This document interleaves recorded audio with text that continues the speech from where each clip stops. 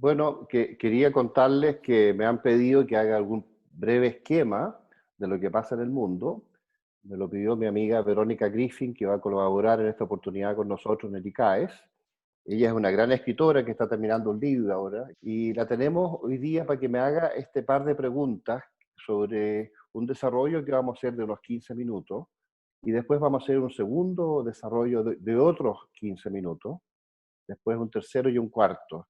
Y la idea es que con 4 bloques de 15 minutos nosotros pudiéramos explicar un poco, de forma muy breve, de forma muy esquemática, de forma muy sintética y muy básica, lo que está pasando en el mundo hoy día, lo que está pasando en Europa, lo que está pasando en América Latina, lo que está pasando en Estados Unidos, y cómo todo esto le afecta a Chile. Así que ahora vamos a entrar en contacto con mi amiga Verónica Griffin, que me va a hacer las preguntas y yo voy a tratar de contestarle lo que ella quiera preguntarme. Daniel, te agradezco muchísimo la oportunidad de preguntarte y la verdad es que es una inquietud enorme lo que uno tiene por entender qué pasa en el mundo, qué pasa en Sudamérica, qué pasa en Chile. Y creo que eres una persona muy capacitada para darnos esta respuesta. Así que quería partir, por favor, que me hagas y nos hagas un panorama mundial, de la situación mundial, para comprender qué es lo que Perfecto. pasa. Así que gracias, Daniel. Bueno, para analizar el mundo hay muchas formas, pero una forma que yo creo que es práctica y es simple es tratar de entender quiénes son las civilizaciones y los valores y las fuerzas que se están moviendo en el mundo en ciertos conjuntos humanos macros, más allá de los países, más allá de las naciones. Y nosotros identificamos en las civilizaciones que están hoy día vigentes en el mundo, claramente la civilización occidental, que es la nuestra, que incluye Europa, Estados Unidos, Canadá, pero también incluye América Latina. Hay gente que discute que América Latina sea parte del mundo occidental, pero lo que pasa es que el mundo occidental es parte de América Latina en la medida que en América Latina influyen los valores de España y de Portugal, que fueron los conquistadores y los que hicieron los estados nacionales de América Latina.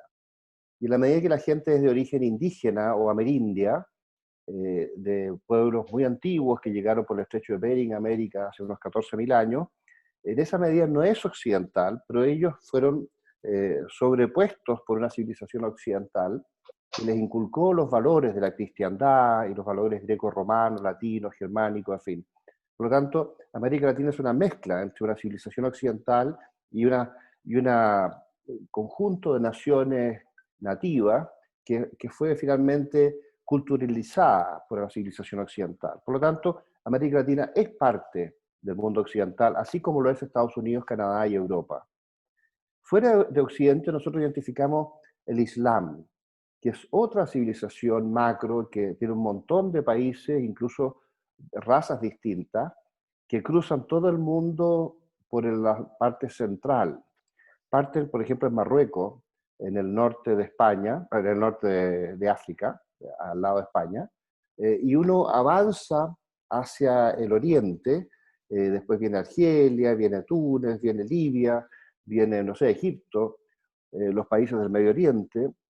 Al norte está Turquía, que es otra raza que ya no son árabes. En el norte de África está el Magreb, que es una raza distinta. Y el Magreb tiene varias razas, pero en general vamos a hablar de las razas del Magreb como un conjunto. Después está Egipto, que es otra raza, distinta a los árabes. Después está el Medio Oriente propiamente tal, donde están principalmente los árabes. Y hay un pequeño estado que se llama Israel, pero Israel no es parte del mundo islámico, es la única excepción en esa zona. Están los árabes, al norte están los turcos, un poco más allá están los persas, y después vienen los países musulmanes vinculados a la vieja civilización india, como Pakistán. Y al norte están los pueblos más vinculados a los tártaros, primos hermanos de los turcos, como Turkmenistán, Afganistán, Kirguistán, Tayikistán, Kazajstán, en fin, que son los países del centro de Asia. Y más allá de la India, saltándose a la India, en la India también hay musulmanes, pero en la India hay un predominio de otra civilización. Más allá de la India, uno se encuentra con otros países en Birmania, en Malasia, en Tailandia, en Indonesia, que también son musulmanes, pero que son de razas orientales. Por lo tanto, el Islam cruza desde el borde de Australia hasta Marruecos. por todo el centro del mundo, por todo el centro de Eurasia y del norte de África. Ahí tenemos una segunda civilización fuera de la occidental. Después la tercera civilización muy evidente que hoy día está en gran desarrollo es China. China, más que un país, es una civilización. Y es una civilización que influye alrededor de todo el este de Asia, en forma muy fuerte. Ellos serán un país, pero tienen 1.400 millones de habitantes. Por lo tanto, más que un país, son una civilización en sí mismo. Ellos siempre hablaban de sí mismos como el imperio medio. Y esa civilización de la China es macro, es global. Y sobre todo adquiriendo una importancia enorme ahora porque la China desde hace unos 40 años está creciendo como nunca antes en la historia y ha llegado a competir con la superpotencia dominante del mundo que es Estados Unidos. Y algunos dicen que en este momento estaría pillando a Estados Unidos o sobrepasando a Estados Unidos en su poder relativo, en su poder económico, en su poder industrial, tecnológico, financiero, en fin, también en todos los aspectos militares, por lo tanto tiene un rol estratégico creciente que hace que se estén transformando los roles del poder mundial. Y la China es claramente otra civilización. Entonces tenemos la civilización occidental, el Islam, como una macro civilización llena de pueblos con muchas variantes, pero es una civilización. Después tenemos la otra civilización que es China, y entre medio nosotros nos habíamos saltado, cuando describimos el Islam, nos habíamos saltado a la India. Y la India es otra civilización global que crecientemente va a ser dominante, porque a diferencia del pasado, donde la India fue muy pobre, en los últimos 20 años o 25 años la India empezaba a crecer, al igual que China, y ahora último está creciendo la India más que China. Y la población de la India, que tiene una tasa de natalidad más alta que la de China, ha llegado a parecerse a la de China. Y se calcula que este año, nosotros estamos hoy día el 11 de julio del año 2020, se calcula que a fines del año 2020, la India va a pasar en población a China. Y de ahí en adelante va a alejarse, porque la tasa de natalidad de la India es más alta, tiene una población más joven, está más atrasada económicamente, crece más rápido que la China, pero está más atrasada, por lo tanto, le puede tomar otros 15 años para llegar al nivel actual de China. Y en 15 años más la China va a estar más lejos aún, porque China, aunque crece menos, sigue creciendo. Ya no está creciendo al 11% anual, como crecía antes. Después empezó a crecer al 9, al 8, ahora está creciendo al 6%. Pero crecer al 6% es una de las tasas de crecimiento económico más altas del mundo. Excepto que la India está creciendo al 8% y al 9% en algunos casos. Por lo tanto, la India está todavía creciendo más que China y hay una expectativa de que va a ir acercándose al poder relativo económico que tiene China. Hoy día la India económicamente es más o menos un cuarto de lo que es China, pero se calcula que en unos 10 o 12 años, 15 años, la India podría llegar a ser la mitad de lo que es China. Y en la dinámica de largo plazo, durante el siglo XXI, se piensa que la India podría llegar a ser 2/3 de lo que es el poder de China.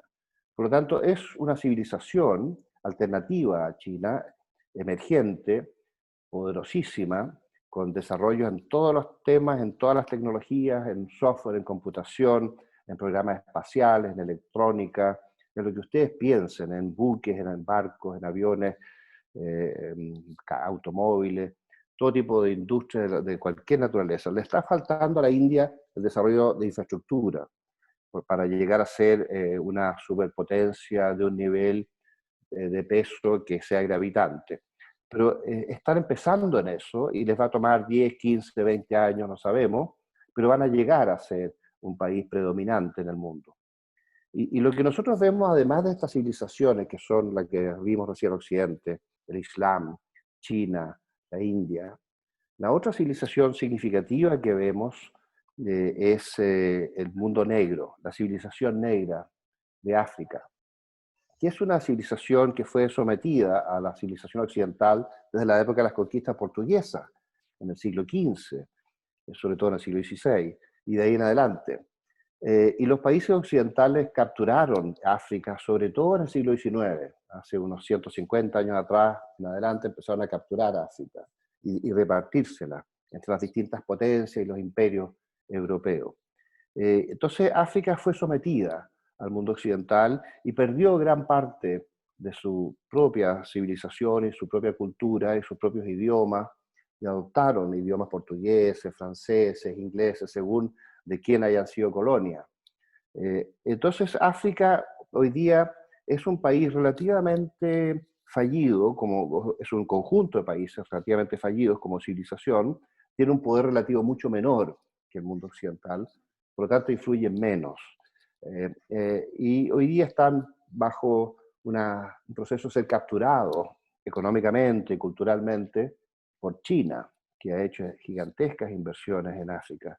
Poco tiempo atrás estaban los europeos, todavía mucha influencia francesa en muchas partes de África.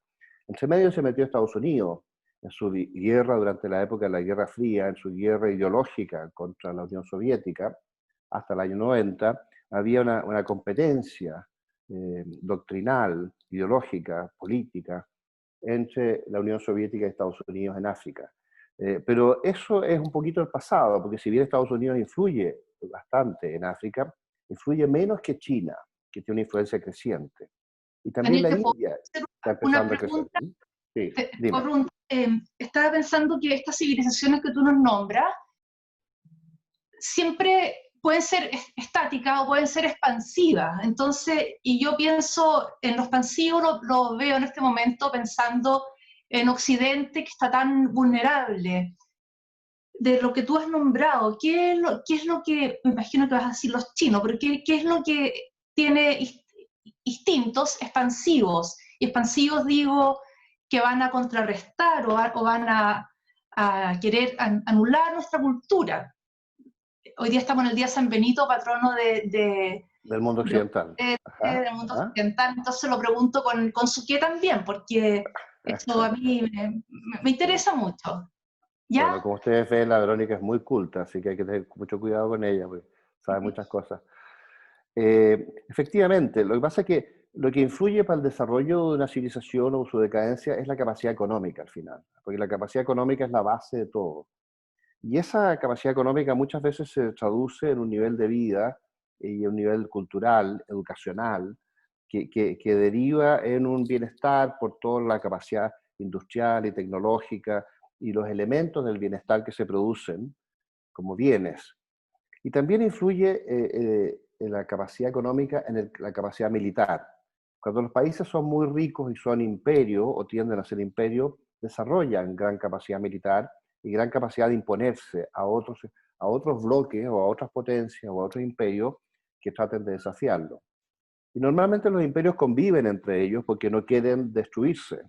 Por lo tanto, hacen un esfuerzo de equilibrio y en el fondo la convivencia, la humanidad siempre ha sido estos esfuerzos de equilibrio. Y cuando esos equilibrios se han roto, se han producido guerras horribles. En el caso actual lo que estamos viendo es efectivamente una decadencia relativa del mundo occidental, que la estamos viendo hace tiempo, la estamos viendo ya en el siglo XX. La civilización occidental y los imperios occidentales, Europa, que prácticamente dominaba el mundo hasta por ahí, por el año 1914, en fin, se autodestruyeron con la Primera Guerra Mundial.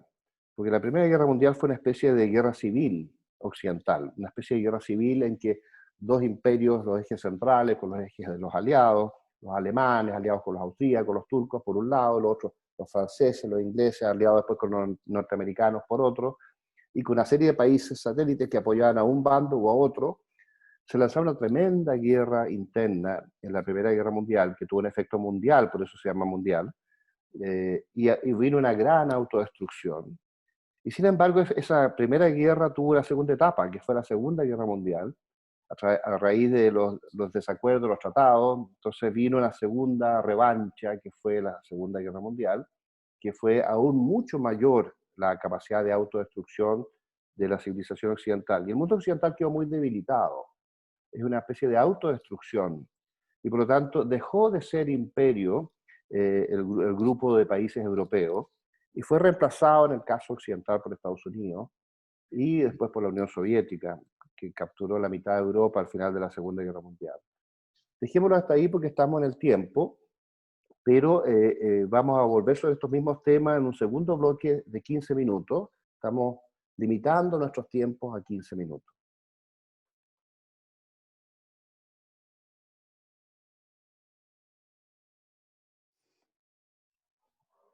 Bueno, nuestra amiga Verónica Griffin tuvo que salir brevemente, va a volver y va a estar con nosotros en el tercer bloque. Pero este segundo bloque lo vamos a hacer en base a unas preguntas que ella me dejó.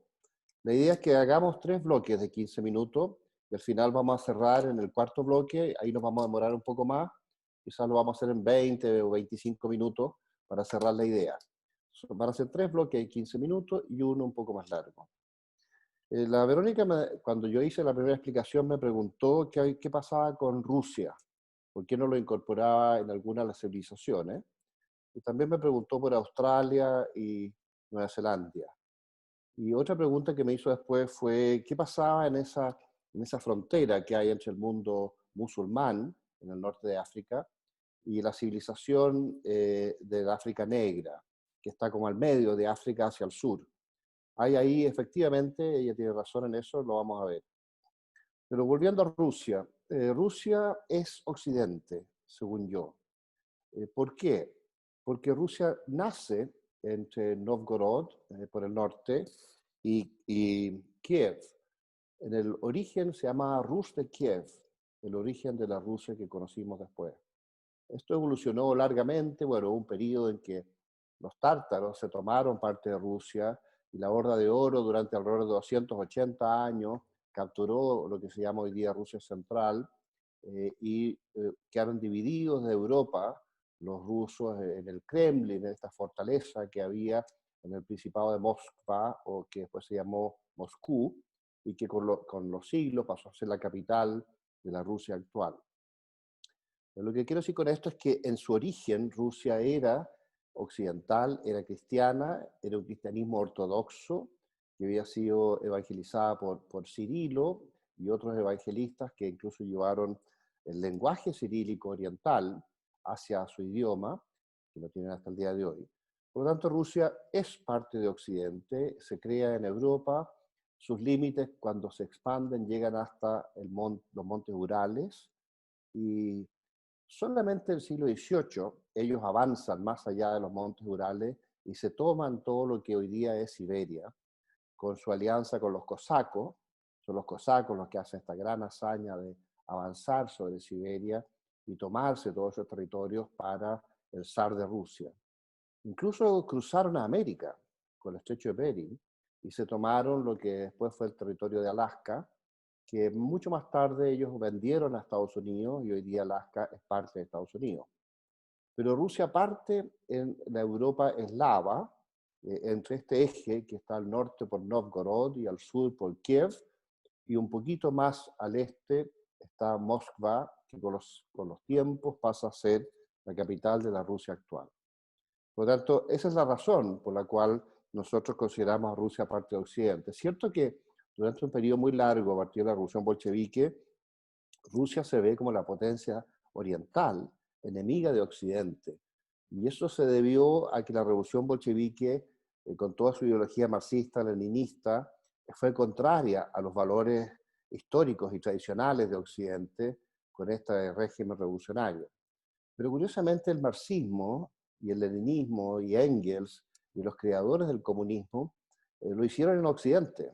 Por lo tanto, incluso eso, a pesar de que es una ideología rebelde, anticristiana y anti-tradiciones occidentales, es una cultura que se desarrolló en Occidente. Ahora, respecto a Canadá, bueno, respecto a Australia y Nueva Zelanda, que es la otra pregunta que me dejó hecha la Verónica, que va a estar unos minutos más con nosotros de vuelta en el tercer bloque. Bueno, efectivamente, lo que pasa es que esta expansión europea, estos imperialismos europeos, estos imperios, como el Imperio Británico, capturaron territorios como Australia y como Nueva Zelanda. Y cuando ellos descolonizaron todos estos territorios, quedaron como sociedades occidentales, aunque estén en el oriente, aunque estén en el sudeste de Asia, al sur de China, incluso Nueva Zelanda un poco más acá en el Pacífico, más frente a Chile, al otro extremo. Bueno, estos territorios son parte de Occidente porque ahí lo que importa es el valor cultural. Y también pudiéramos comentar sobre el caso de Japón, porque dice, bueno, si China es un imperio, ¿qué es lo que es Japón? Y efectivamente, Japón es parte de la civilización del Imperio Medio, pero es una potencia rebelde que durante muchos siglos se hizo independiente del Imperio Chino, igual que los coreanos, y ellos formaron algo así como una especie de talasocracia, una especie de imperio marítimo de la periferia del este de Asia, y más tarde llegaron a ser grandes potencias marítimas, incluso hacia el siglo XX desafiaron a Estados Unidos en la famosa Segunda Guerra Mundial, la famosa Guerra del Pacífico. Pero Japón es parte de lo que se llama la gran civilización del este de Asia, como una potencia que desafiaba al imperio chino y se desarrolla en la periferia. Un fenómeno muy parecido a lo que se dio en el siglo XVIII y XIX con Inglaterra, que se formó una potencia periférica del mundo occidental, en el borde de Europa, una talasocracia. Las talasocracias son los imperios marítimos, y ellos dominaron el mundo a través de este fenómeno. Con eso podemos aclarar bastante bien, yo creo, la duda que tenía nuestra amiga Verónica sobre dónde colocar en estos fenómenos culturales a Rusia, Australia, Nueva Zelanda y también Japón. Ahora, la otra pregunta que quedó como pendiente fue, ¿qué pasaba entre el mundo árabe del norte de África y el mundo de la civilización negra que está en el centro y sur de África? ¿Qué pasaba con estos estados que están un poco más abajo de Marruecos, de Argelia, de Libia, de Egipto? Bueno, efectivamente ahí está Mauritania, está Chad, está Mali, está Sudán, no sé, un poco más al este está Etiopía. Bueno, esos son lugares donde siempre hubo una especie como de confrontación entre el mundo islámico y el mundo histórico de las culturas nativas del África Negra, que a partir del siglo XIX, con la cristianización de los imperios europeos, fue un conflicto cultural entre un mundo cristiano que venía de la colonización europea, en el mundo del África Negra, frente al mundo islámico, que avanzaba en su cultura de norte a sur, y hoy día hay varios conflictos en la zona limítrofe, en el centro de África, entre esta presión islámica que viene del norte y este intento de los países hoy día independientes del África Negra por mantenerse independientes en el centro de Asia. Así que eso es un fenómeno en plena evolución. Ahí hay una especie de choque de civilizaciones y tendríamos que pensar que el cristianismo negro, aunque no sea original, es un cristianismo que se deriva de la colonización europea. La otra pregunta que había quedado pendiente era ¿cómo es este fenómeno de que cuando cae la Unión Soviética cae el comunismo? Efectivamente, el año 90, algunos dicen el 89, cuando cae el muro de Berlín, otros dicen el 90, otros dicen el 91, cuando hay un intento de un golpe de Estado de los comunistas en Moscú. En fin, pero en todo caso, alrededor del año 90, la Unión Soviética colapsa, y con eso colapsa el comunismo mundial. Un año antes, un año y medio antes, ya se estaban liberando los países de Europa Central, de Europa Oriental, algunos lo llaman, que habían sido capturados en la Segunda Guerra Mundial por la Unión Soviética. Y ahí está el caso de Polonia, de Hungría, de la República Checa y Eslovaca, de Rumania, de Bulgaria, en fin, de Moldavia. Son estos países que se liberan a partir de ese momento del comunismo, y el comunismo se acaba en esos países y se acaba en la ex Unión Soviética, que ahora pasa a ser Rusia, y de la Rusia se le separan muchos estados, como Letonia, Lituania, Estonia en el norte, o como los países del Cáucaso, Georgia, Azerbaiyán, Armenia. Y después en el centro de Asia también hay varios países que se le separan, como por ejemplo Kazajstán, Uzbekistán, Tayikistán, Kirguistán, Turkmenistán, en fin, que son países que finalmente dejan también el comunismo. Y el comunismo se acaba en el mundo porque ya China, a pesar de que se seguía llamando comunista, China había dejado el comunismo y se había orientado al capitalismo. Otro aspecto que siempre es conveniente recordar en las civilizaciones es que dentro de las civilizaciones hay muchos conjuntos que tienen sus propias personalidades. Ya vimos en el caso del Islam que podríamos considerar que hay una división entre los sunitas y los chiitas, ¿no es cierto? Y hay países que adhieren a una idea y a otra. En el caso del mundo occidental también hay una serie de subcivilizaciones, podríamos llamar, dentro de Europa, pensando que Occidente surge en Europa, y se proyecta a América, se proyecta a Australia, Nueva Zelanda, incluso en una época se proyecta a Sudáfrica, aunque Sudáfrica con el tiempo vuelve a ser retomada por la civilización del mundo negro africano, y los blancos prácticamente pierden el poder en Sudáfrica. Entonces, estas civilizaciones que hay en el mundo occidental tienen subdivisiones internas. Y claramente nosotros vemos un poco la subcivilización latina, que se da en la zona mediterránea de Europa, Portugal, España, Italia, en fin, Grecia, en cierto modo. Después tenemos la subcivilización germánica, que es básicamente Alemania, probablemente Checoslovaquia, Austria, y después algo de Suiza. Después tenemos la civilización anglosajona, que es otra subcivilización que después se proyecta al mundo e influye en la formación de Estados Unidos y Canadá, incluso en Nueva Zelanda y Australia.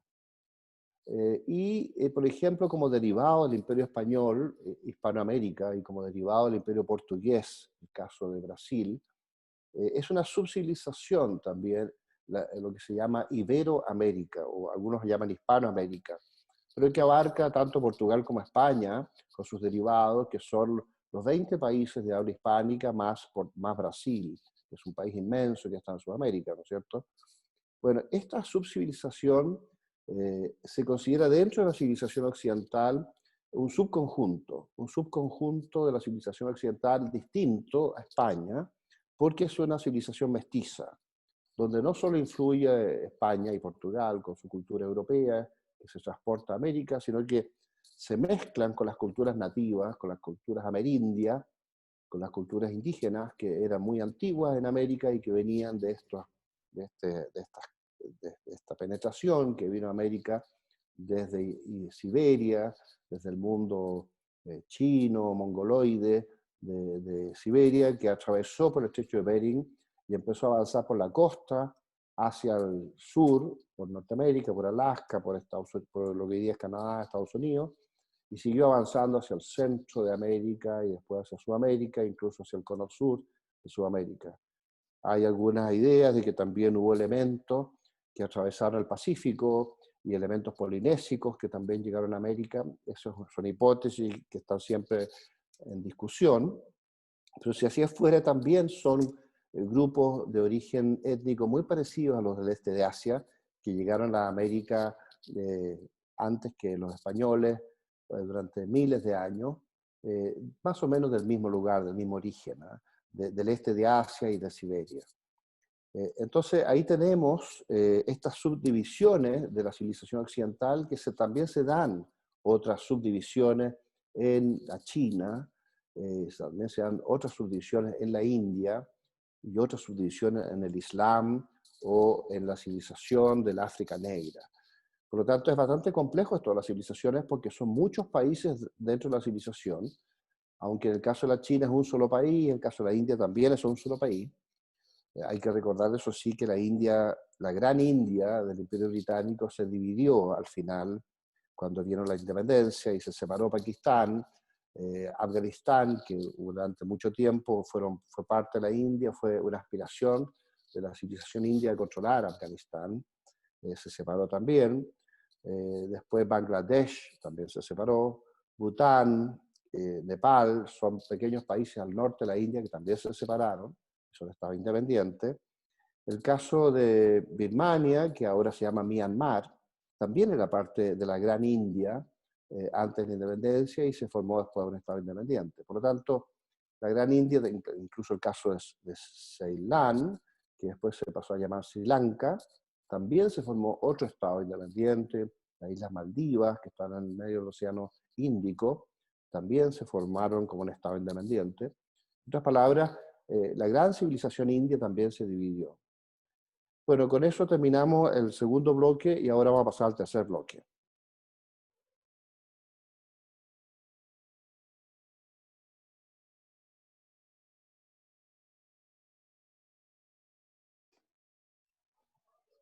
Daniel, me surge una pregunta. Estamos hablando de Cuba, de Rusia, de lo distinto que es el comunismo, o sea que ya no podemos hablar de comunismo como lo entendíamos, lo hemos entendido siempre, pero ¿por qué Rusia está apoyando a Venezuela, a quien yo veo tan relacionado con Cuba? Es una muy buena pregunta. Nosotros nos hacemos esa misma pregunta. No hace mucho tiempo vimos un programa donde Putin le preguntaban si él era comunista, porque él había estado en la Juventud Comunista, había estado en la KGB, y él decía que no, que él encontraba que el comunismo había sido un periodo muy negro de la historia de Rusia, y que había sido una hecatombe, que él y su generación se metieron a las juventudes comunistas porque no tenían alternativa. Y él se metió a la KGB porque era una forma de ascender y de progresar dentro del sistema, pero hacía tiempo, dice él, que la juventud de la Rusia de esa época después la gente, incluso la KGB, no creía en el comunismo. Ellos veían todos los días lo mal que funcionaba, entonces era difícil que ellos creyeran el comunismo, y él, Putin, está feliz de que se haya dejado el comunismo. Entonces, ¿por qué apoya al comunismo cubano actual o a Venezuela? Y es una cuestión geopolítica, porque Estados Unidos y Europa en general se metió mucho en lugares muy cercanos a Rusia, amenazándolos geopolíticamente, como en Georgia, después en Ucrania, y ellos se sienten muy amenazados con el desplazamiento de la OTAN hacia Polonia, Hungría, Rumania, Bulgaria, en fin. Estos países que eran de Rusia, que eran parte del Imperio Soviético, hoy ya están en manos occidentales, incluso en el flanco norte en Lituania, Letonia, Estonia, y al sur también influyendo mucho en países como Azerbaiyán, y no solo Georgia, en el Cáucaso. Rusia se siente geopolíticamente un poco acosada, y además los trataron mal a los rusos en los acuerdos y en las negociaciones en Europa y en Estados Unidos, lo que lo obligó a ellos a acercarse tanto a China. Entonces ellos, por razones geopolíticas, un poco para compensar las presiones de Estados Unidos dentro de Europa sobre Rusia, para compensar y para desafiar geopolíticamente a Estados Unidos, apoyan a Rusia, perdón, a Cuba y a Venezuela. Pero Rusia realmente tiene buenas relaciones con países, por ejemplo, como Chile, o como Colombia, y como los demás, y como Brasil. No tienen esos prejuicios ideológicos de otra época. Interesante. Daniel, a ver, entendiendo el nuevo orden, o sea, el nuevo orden mundial, por un lado yo veo, de acuerdo a tu explicación, tenemos a Rusia, tenemos a China, que son terriblemente definidas, que son, bueno, Rusia, por ejemplo, completamente, no podemos aplicarles los criterios del nuevo orden mundial de esto del lobby LGTB, ni el aborto, no entra en eso. No entra Rusia, no. No entra Rusia, no sé si China, o sea, bueno, China el aborto obviamente sí con su política de un hijo, pero no sé lo otro. Pero ¿cómo podemos, cómo, cómo simultáneamente tenemos a Occidente con el Foro de Sao Paulo, con el nuevo orden mundial, con todo este desdibujamiento de la civilización occidental, y tenemos a Rusia tan consolidada y China tan consolidada? Me parece, como dicen, la contienda es desigual, pero no es que sea desigual la contienda, sino que es como a niveles muy distintos. Uno a nivel expansionista y el otro a nivel ideológico. No lo logro visualizar bien. Y también están estos millonarios que quieren y quieren ser aún más ricos. Entonces, y para lo cual tienen ellos que adscribir a estas consignas del nuevo orden mundial. Necesito, por favor, que me lo expliques un poco más todavía. Nosotros no lo tenemos tan claro tampoco.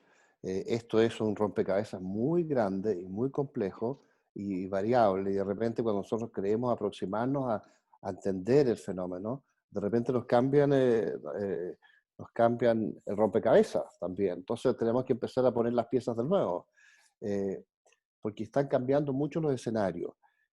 Nosotros nos sorprendimos con el programa que tenía Donald Trump, que dicen que fue diseñado por la National Security Agency y una serie de gente de inteligencia que conocía muy bien una serie de cosas internas que ocurrían en el mundo y que la población normal no se daba cuenta.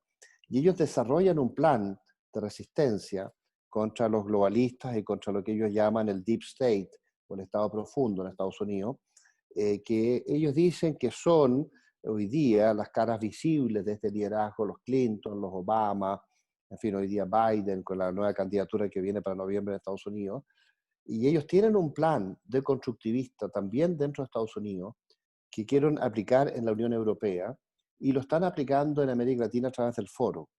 Y están combinados los demócratas con este hombre que parece dirigir todo esto, que se llama George Soros, que está usando alrededor de 24.000 millones de dólares de su fortuna personal en esto, ha pasado 18.000 millones de dólares del Open Society, que es la organización como que estaría coordinando y dirigiendo todos estos programas.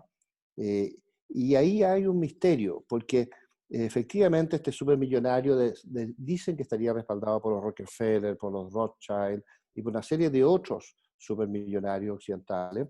Otros dicen que no está tan apoyado, sino que los otros son más prudentes y apoyan a los dos bandos, apoyarían a los demócratas, podrían apoyar indirectamente también a Trump. Hay una discusión ahí en el margen que nosotros no completamos de entender bien, pero sí hay un conflicto dentro de Estados Unidos muy fuerte entre lo que ellos llaman los globalistas y los patriotas. Y esto es una cosa real. De hecho, esta revolución violenta en todas las ciudades de Estados Unidos que hemos estado viendo los últimos 2 meses, es un fenómeno muy parecido al que se produjo en Chile hace 7 meses atrás, a partir de octubre del año pasado, y se había producido también en Perú, en Ecuador, en cierto modo en Bolivia, lo vimos en Colombia, en el Caracazo hace muchos años atrás en Venezuela, partió de esta forma y derivó finalmente en el chavismo y después en el régimen de Maduro actual.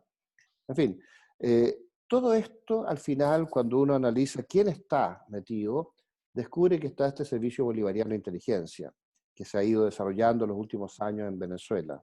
¿Y quién está arriba del SEBIN, el Servicio Bolivariano de Inteligencia? Está la DI. La DI es la Dirección de Inteligencia, el Servicio de Inteligencia cubano. Y al final son los cubanos los que han capturado a Venezuela, los cubanos los que han capturado el Foro de Sao Paulo y coordinado toda la izquierda de América Latina, los cubanos los que han llevado adelante todas estas revueltas en combinación con los partidos comunistas locales, y son los cubanos los que están actuando en Estados Unidos contra el régimen de Trump, en combinación con George Soros, con el Open Society, con los antifas, con Black Lives Matters, que es un grupo radical de extrema izquierda para los negros, pero que también apoya a muchos blancos.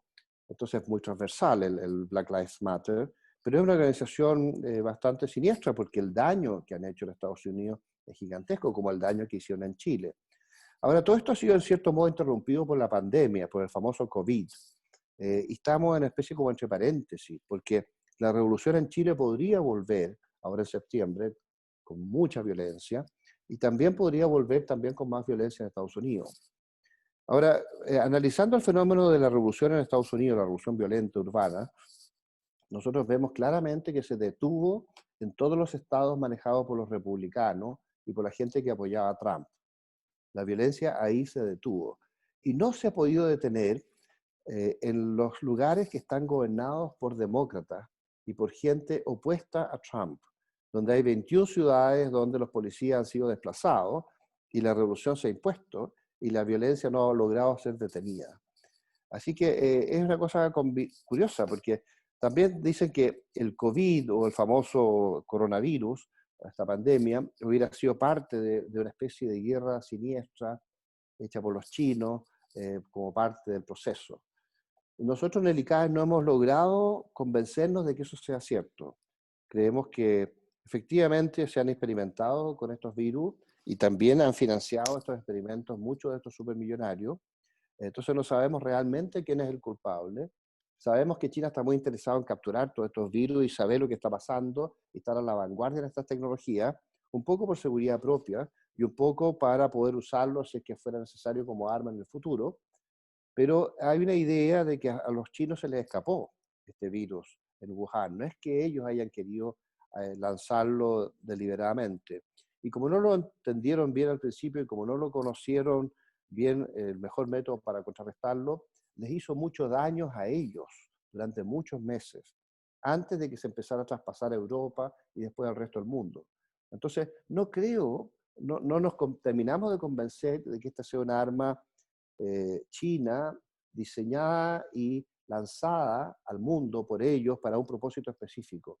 Creo que más bien es un accidente, pero sí sabemos que estos supermillonarios han estado financiando este tipo de virus y hay toda una teoría de que ellos estarían detrás de la industria farmacéutica para producir esta hecatombe epidemiológica con el objeto de producir un gigantesco negocio farmacéutico. Y además se dice, además del negocio farmacéutico, se dice que hay un plan globalista para reducir la población mundial.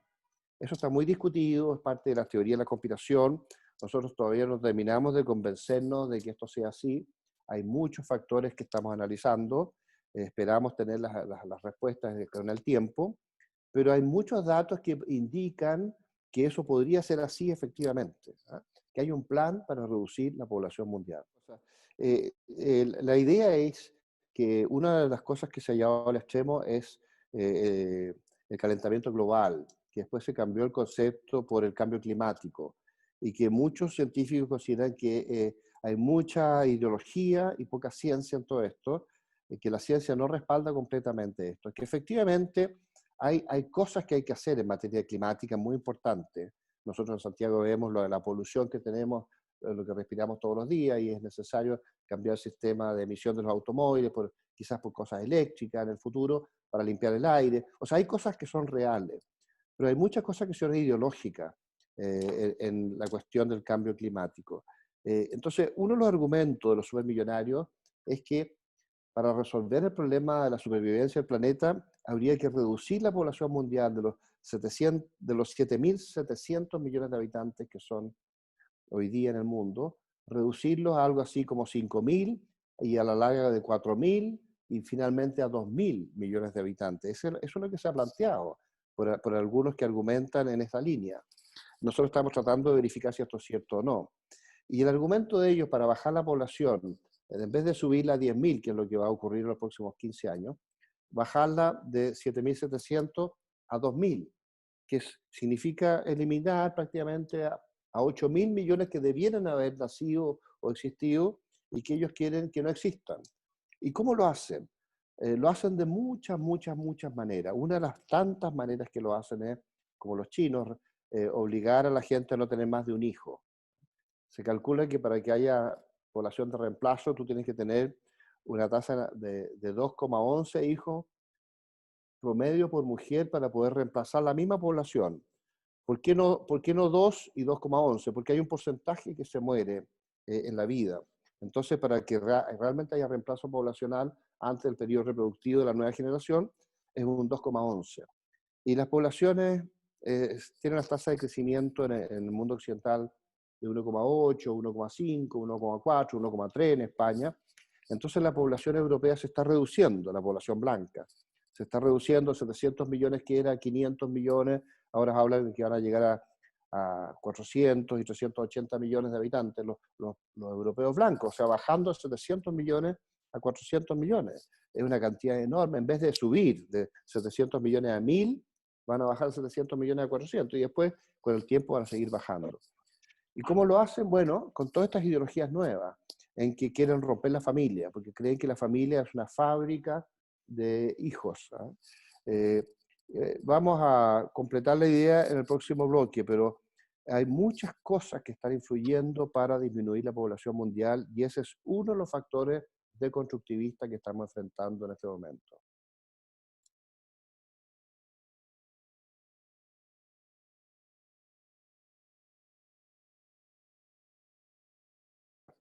Estas teorías de la conspiración que sostienen que hay una política de reducción de la población mundial de parte de la gente que estaría organizando estas conspiraciones, es una cosa que nosotros estamos observando con mucho cuidado. Es una hipótesis, algunos dicen que es una teoría, otros dicen que es un modelo, pero no es un hecho confirmado y real.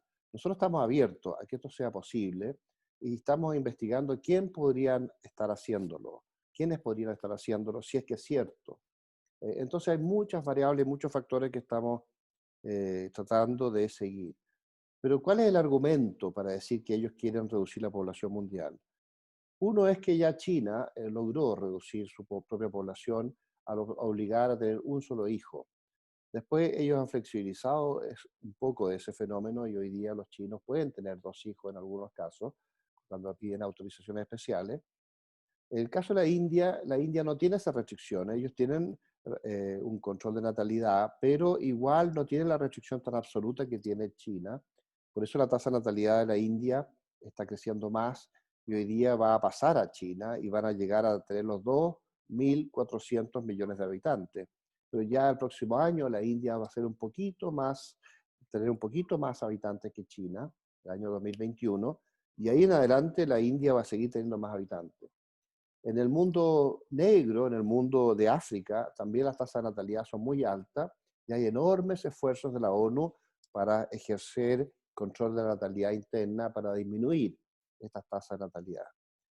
Los que tienen una tasa de natalidad muy alta son la civilización islámica. Todos los países del mundo islámico tienen tasa de natalidad muy alta. No todos, pero la gran mayoría, gran mayoría. Por lo tanto, la población islámica está creciendo enormemente en el mundo. Una preguntita, Daniel. La ONU no se mete con los islámicos a bajarles la tasa de natalidad como se Se, mete me- con, con se los meten, afro. se ¿Se meten, meten? pero en la medida que ellos son más partidarios de la Sharia y la ley islámica, en fin, no logran influir. ¿Ah? Hacen enorme esfuerzo y siempre negocian con los gobiernos y en algunos casos logran algo, pero en general logran menos que lo que han logrado en Occidente, donde ellos prácticamente la cultura occidental ha sido capturada por estas ideologías nuevas. Entonces, lo que te quiero decir es que en todos esos otros países que mencioné hay variables, situaciones, y en el mundo occidental sí han logrado controlar fuertemente la población, la tasa de natalidad, especialmente en Europa. Eso nosotros lo vemos hoy día porque no sé si tú has ido a Europa, pero cuando uno va a Europa ve pura gente vieja, en todos lados, ve muy poca juventud. Y por eso tiene este problema tan tremendo las pensiones, porque el sistema de ellos funciona en base a que las nuevas generaciones mantienen a los viejos. Pero lo que pasa es que las nuevas generaciones son menores en cantidad, ahora respecto a la cantidad de viejos que hay, que han logrado por la medicina sobrevivir mucho más años. Y esto se da de forma variable en distintos países de Europa. Es muy fuerte en España, donde la población no se está reemplazando, la población española se está reduciendo. No sé, podrían ser hoy día 46 millones de habitantes, pero de eso alrededor de 38 millones son realmente españoles. Los demás son gente más bien mestiza, con inmigrantes africanos, con muchos inmigrantes latinoamericanos, inmigrantes latinoamericanos que algunos son de origen español, pero muchos son de origen mestizo en América Latina. Entonces la población española realmente española se está reduciendo muy fuertemente y se están quedando los viejos.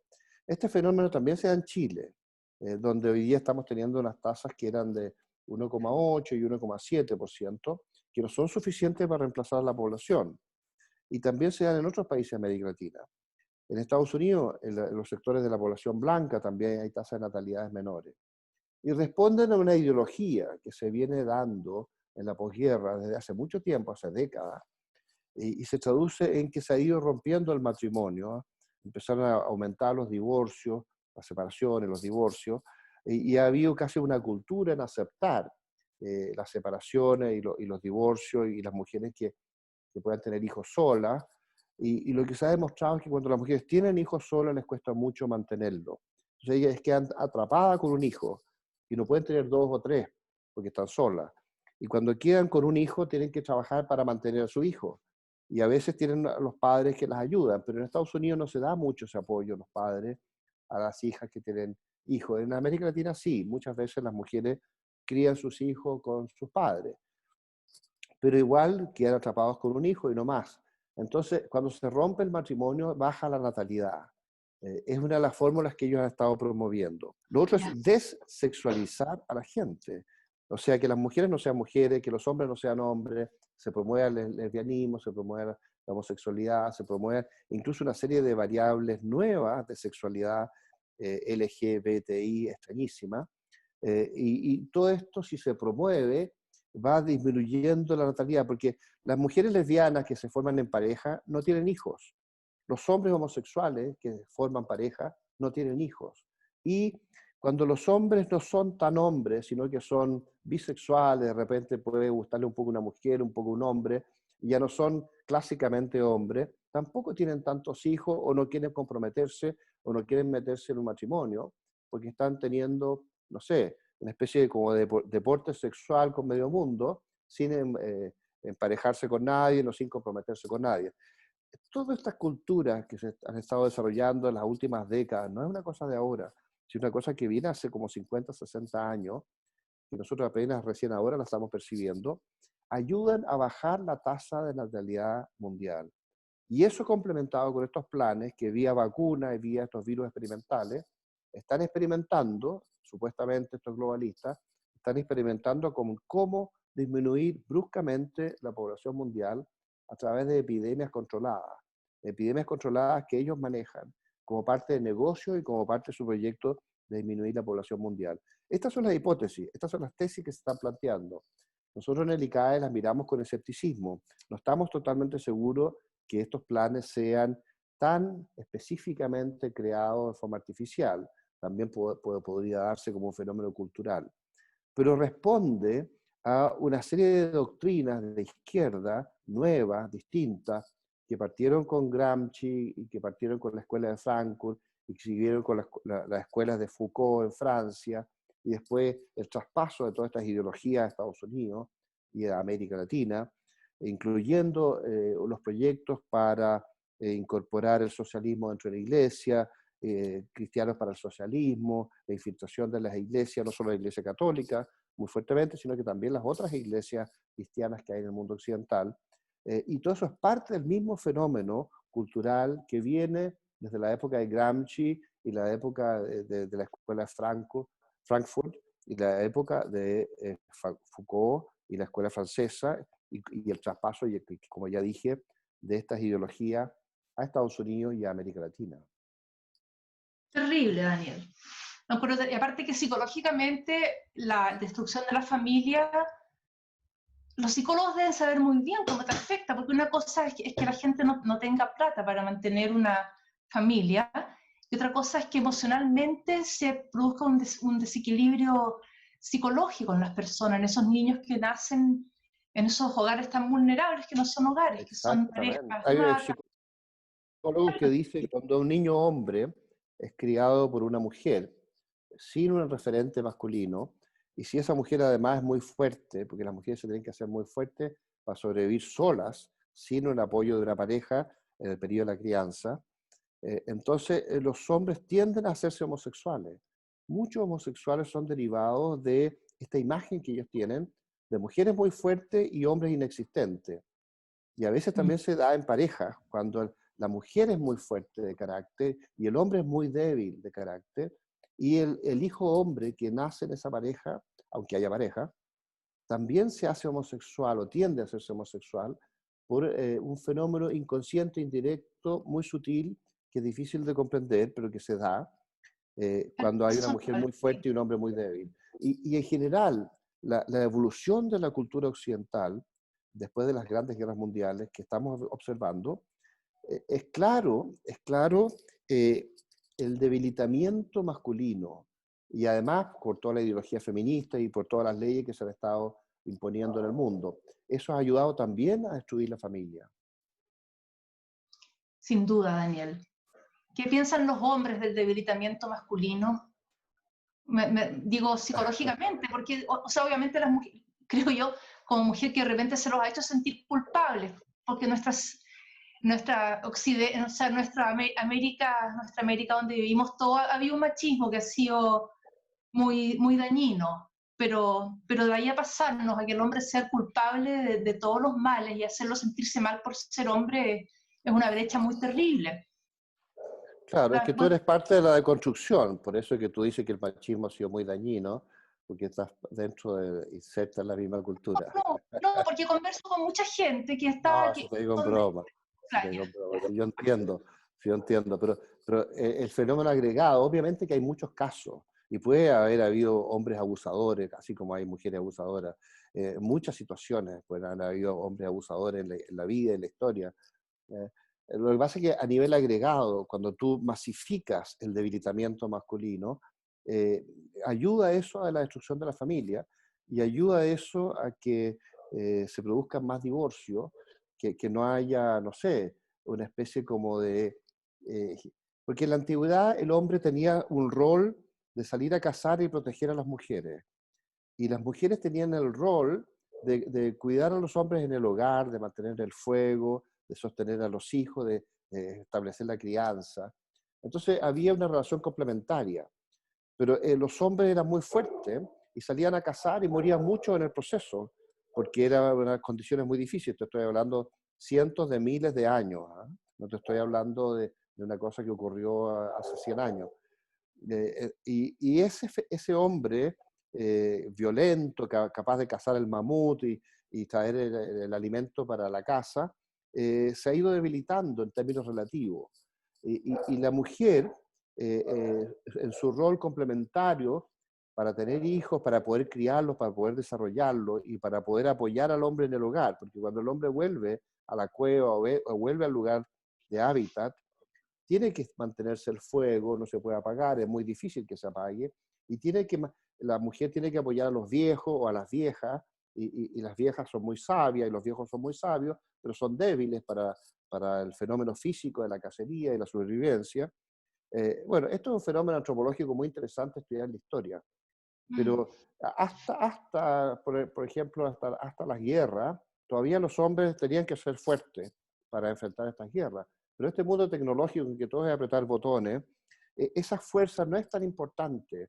Y esa valentía o esa habilidad o ese coraje no es tan importante. Entonces los hombres se sienten un poquito descolocados, en el sentido de que las mujeres pueden hacer lo mismo que los hombres y a veces mejor porque son más ordenadas. Entonces, ¿cuál es el rol de los hombres en el mundo que viene? Y esto es muy claro en el mundo occidental. No es así en el mundo islámico. En el mundo islámico el hombre sigue siendo muy fuerte y en el mundo chino también. Y en el mundo de la India también. Es un fenómeno casi occidental. Ahora, eso se traduce en que es claramente Occidente la civilización que está decayendo y no las otras. Porque la civilización que está decayendo después de que Occidente ha dominado el mundo en los últimos 500 años. Porque Occidente empezó a dominar el mundo a partir de, no sé, los imperios de España y de Portugal, cuando empezaron a conquistar América y a dar la vuelta al mundo con sus navíos. Hoy día nosotros estamos en Chile en julio del año 2020, hoy día es 11 de julio del año 2020. En octubre de este año se van a cumplir 500 años del descubrimiento del Estrecho Magallanes, por Hernando Magallanes, una expedición castellana que llegó a América y atravesó por el sur y navegó por el Océano Pacífico y cruzó el mundo y por primera vez en la historia, hace 500 años, por primera vez en la historia, el ser humano dio la vuelta al mundo alrededor del planeta. Y curiosamente desde Chile se puso Pacífico al Océano Pacífico, este gigantesco océano que ocupa casi la mitad del globo, que está frente a Chile. Nosotros tenemos un rol clave en todo esto porque aquí en Chile se puso Océano Pacífico, a un océano que antiguamente se llamaba el Océano del Mar del Sur, ¿ah? Cuando se veían las divisiones en Panamá, cuando los españoles descubrieron el Mar del Sur, frente al Mar del Norte, que es el Caribe. Pero le pusieron Pacífico cuando cruzaron el Estrecho Magallanes con Hernando Magallanes, finalmente fue Vasco de Gama, perdón, Sebastián Elcano. Sebastián Elcano el que termina la expedición, una expedición que dura 3 años, da la vuelta al mundo.